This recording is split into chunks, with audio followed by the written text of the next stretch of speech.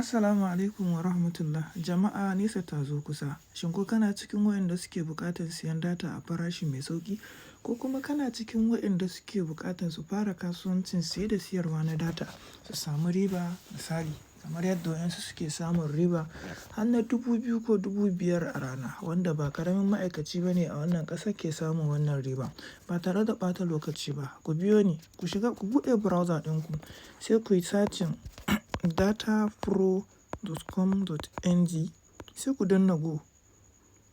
Nan take za ku ga wannan shafin ya buɗe kamar haka. Misali idan kuka je ƙasa za ku iya ganin farashin yadda suke siyar da data ɗinsu, amma idan kun yi rajista da su farashin da za ku gani ma ya fi haka. Kamar yadda kuke gani MB 500 ma 110, 120, 1 gig 200 da naira 20. So sai ka dawo sama, ko kuma ba sai ka je ka duba wannan farashin ba, ka danna nan inda aka rubuta rajista. Idan ka danna inda aka rubuta rajista, a nan sai ka saka sunanka. Misali idan sunanka Bello, nan sunanka sunan mahaifinka Abubakar, sai ka rubuta nan ka saka number wayanka. Bari in saka kowace number waya, misali 330000 misali, sai nan username, ka zaɓi username ɗin da kake buƙata. Yanzu misali mu yi amfani da sunan Bello mu ce 1122 shine username ɗin da nake buƙatar in yi amfani da shi a matsayin username. To sai mu ce Bello 1122 @gmail.com shine email ɗina, bello11@gmail.com. Misali nan sai suka ce password, so ina so in rubuta password ɗina da kaina, choose my own password. Sai in ce password ɗina 123456 ko kuna da gani 123456. So wannan su ne abubuwan da ake buƙata in shigar a wurin rajista ga wannan shafin. Ina gama shigarwa, wannan kowa zai zaɓi nashi ne da kanshi. Username ɗinka kar ka manta da shi, da email ɗinka, number wayan da ka saka, password ɗinka domin suna da matuƙar amfani sosai. To kana gama saka abubuwan da kake buƙata sai ka danna rajista.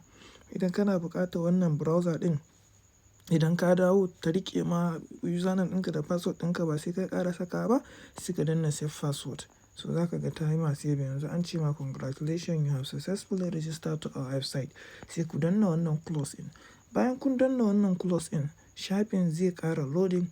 Idan ya gama loading zai buɗe muku login page wanda za ku saka wannan username ɗin da muka saka a matsayin Bello1122, sai kuma mu saka password. So kun gani tana nuna mun cewa ta saka mun, tunda na ce ta ajiye mun, idan na dawo ina buƙata sai ta saka mun da kanta.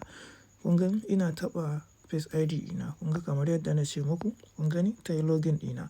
So tana login ɗinka, abu na farko da za ka gani shine za a gaya ma cewa ka saka transaction pin ɗin da kake buƙata. To misali muna buƙatan guda 5, misali haka 5 shine transaction pin ɗina. Wannan transaction pin ɗin kamar yadda kuka san amfanin shi, kamar yadda kuka san pin na ATM card. Ko da mutum yana da ATM naka, idan bai san pin ɗinka ba zan iya cewa kusan aikin banza. To amfanin wannan kenan. Sai ku ce save pin. Kun gani an ce transaction pin created successfully. So yanzu abu na gaba shine za ku ga account number an baku. Za ka iya copying to Wema Bank, nan Sterling ma still haka za ku ga. So yanzu nan ɗaya daga cikin waɗannan bankunan guda uku, Wema, Sterling and Rolex. Rolex that is money point. So kowace account number ɗaya ka ɗauka ya isan ma. Idan ka ɗauke ta ka je account ɗinka, za ka iya zuwa a POS. Idan ka je POS sai ka ba da wannan account ɗin, misali na Wema Bank, sai ka rubuta ko a takarda ko kuma ka je ka nuna a POS. Za a ga sunan bankin Wema Bank, account number ana sa, account name ɗin za ka ga an sama sunan wannan site ɗin Monify Data Pro, sai ka ga an sada shi. Wannan kalma uku ɗin guda uku ga nan account name Bell ɗin nan zai fito a sunan bankin. So ana sama kuɗi, za ku gan su nan, total balance ɗinku a nan za ku gan su. So idan kun saka kuɗi, za ku zo idan za ku siya data, ku zo buy data. Misali idan na MTN ne sai ku ce MTN SME za ku ga kun gani MB 500, 130 gashi nan dai kamar yadda kuke gani. Idan 1 gig nake so a 220 yake a wannan shafin, za ka saka number wayanka ko number wanda kake so ka tura ma data ɗin misali. Idan haka number daidai ne kana danna purchase. An ce number ba daidai ba ne. To misali bari mu ɗan gwada saka number da ƙila zai 2211 haka sai ka danna purchase. Kana danna purchase an tambaye ka saka wancan pin ɗin da muka saka namu. Kuna danna purchase kun ga yanzu saboda ba kuɗi sun dawo da ni sun ce sai na je na saka kuɗi sannan zai yi. To yanzu misali idan na ce zan nuna muku account ɗina, bara ku gani. Account ɗina da nake da kuɗi idan zan sayi data za ku ga komai zai tafi lafiya lafiya amma dai ba zan saya. So idan ka saka kuɗi abin da nake so ku gani kun ga nan a total balance ina da 19,600 da wannan. So idan ka saka kuɗi kuma kuɗinka ba abin da zai har kowane lokaci ka ga dama za ka zo ka sayi datan ka ko ka sayi kati ko sauran services ɗinsu. So Ubangiji Allah ya bada sa'a.